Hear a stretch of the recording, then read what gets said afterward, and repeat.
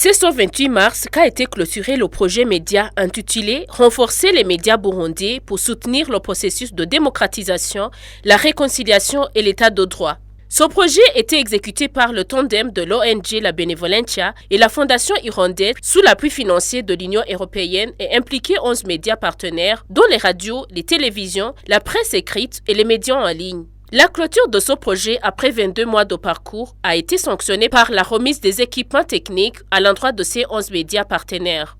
Durant les 22 mois qu'a duré ce projet média, pas mal d'actions ont été menées et concrétisées comme l'indique le chef de mission de la Benevolencia au Burundi. Nous avons fait ce voyage depuis, avec plein d'amis, 11 médias. Et ce voyage, comme on dit en Afrique, il y avait l'ami de voyage, c'est la Fondation Hirondelle, avec qui on est copartenaire dans ce projet. Le projet avait débuté, vous vous en souvenez, avec une période de préparation, d'évaluation des capacités techniques, éditoriales et managériales des médias burundais.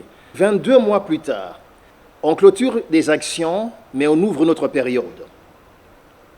Et on renforce encore aujourd'hui plus qu'avant, peut-être en renforçant les capacités techniques des uns et des autres, afin de permettre aux médias ayant fait le voyage d'assurer la durabilité des acquis. Que des journalistes juniors ont été formés sur plein de matières, que des journalistes seniors, une soixantaine, ont été renforcés aussi dans la gestion des débats en multiplex sur la gouvernance locale. Ils ont animé des débats d'ailleurs après, ensemble. D'autres ont appris à écrire, à jouer des fictions radiophoniques courtes. Ils ont produit d'ailleurs et diffusé près de 180, n'est-ce pas, exemplaires de sketchs pour format radiophonique, donc, comme vous le disiez, sur la participation citoyenne, la transparence, la redevabilité au niveau local. Les responsables des médias ont rencontré divers acteurs de la société civile, de la société tout court, des gestionnaires du secteur économique pour promouvoir plus de pluralisme dans les opinions et dans la production de l'information, mais aussi pour explorer des collaborations, notamment dans le sens de l'autofinancement des médias. Et c'est ici que je prends l'opportunité de remercier du fond du cœur chaque partenaire pour sa participation, ses appropriations, l'appropriation du projet, sa conviction qu'ensemble nous pouvons non seulement travailler, mais soulever des montagnes au lieu d'y rouler le rocher de Sisyphe. Je remercie le ministère ayant en charge les médias pour son engagement accru, pour nous assister, nous accompagner dans ce projet, dans diverses actions. Claude Bochou, le chef de la délégation de l'Union européenne au Burundi, a rappelé aux médias burundais que, vu les résultats de la récente étude de l'audience des médias au Burundi, il est plus que nécessaire de changer de format et diversifier les canaux de transmission des messages, car l'auditeur d'aujourd'hui est nomade.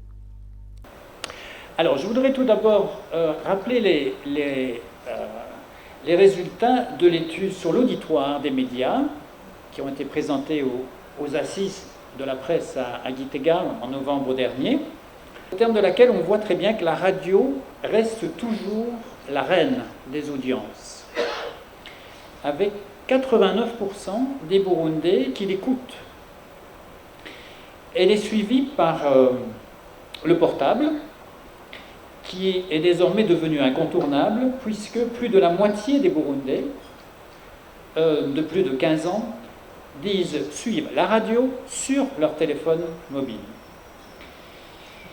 Ce qui, me semble-t-il, nécessite de la part des maisons de presse un changement des formats et des modes de transmission des messages, puisque l'auditeur est désormais principalement un nomade.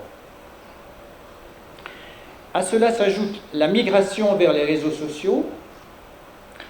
Si la radio est très écoutée, comme on disait tout à l'heure, plus de 3 heures par jour en moyenne, le temps que les gens passent sur les réseaux sociaux est lui supérieur et dépasse les 4 heures par jour.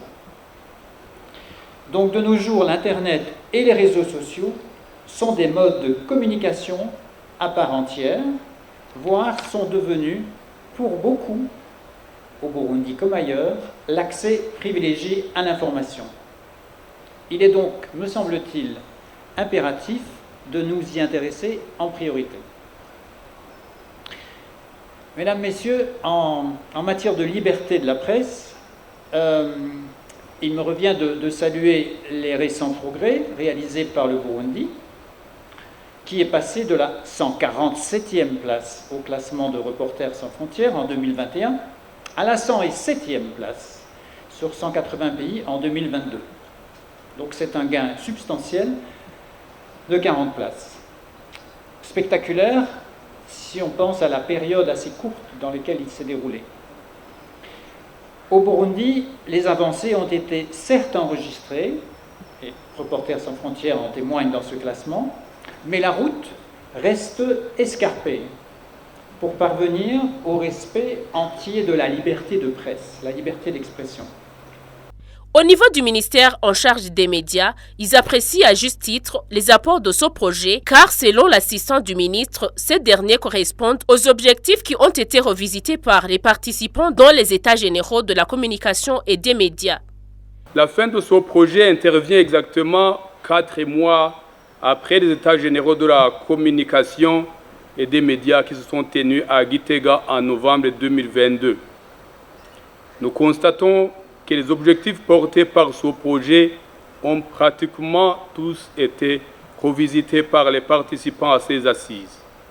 Que ce soit la digitalisation des outils de production d'informations, que ce soit les formations généralistes et spécialisées des journalistes, la mise en place d'une loi plus moderne et plus protectrice de la profession, une collaboration plus efficace des médias et des autorités détentrices de l'information publique, l'appui des médias en équipement, etc. Les propositions résument un chantier très vaste que notre ministère ne saurait mener à lui tout seul.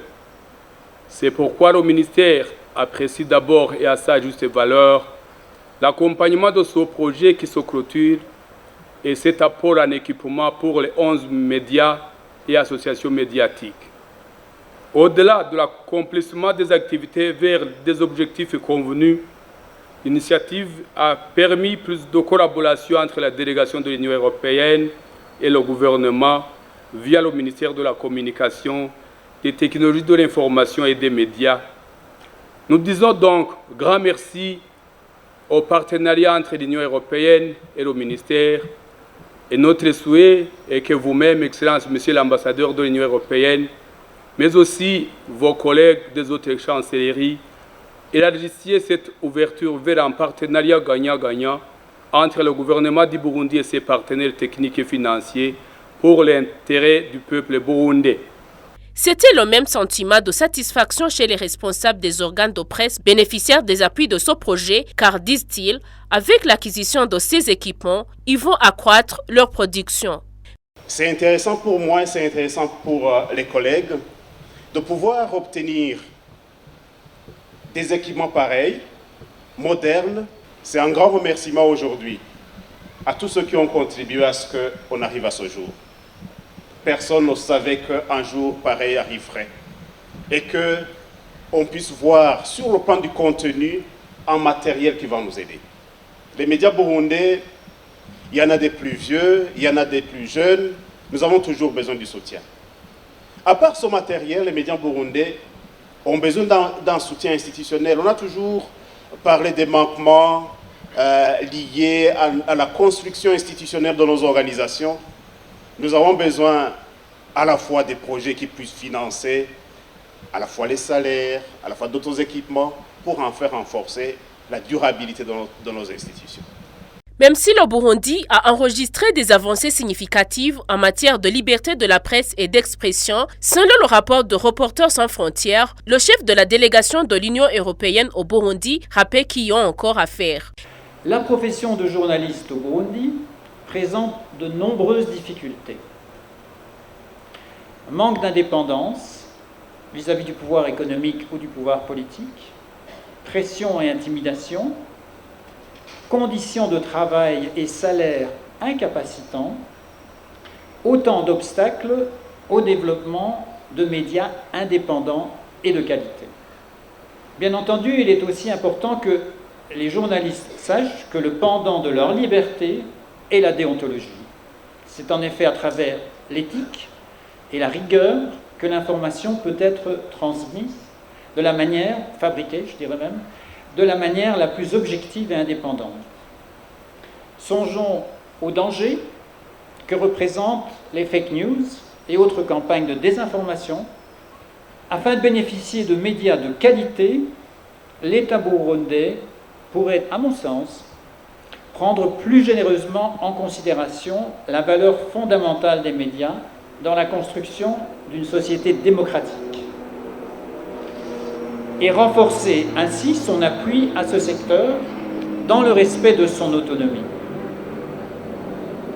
Des subsides publics, en plus du développement d'un modèle économique viable pour les maisons de presse, sont en effet des facteurs déterminants pour favoriser une presse et des médias indépendants et en bonne santé.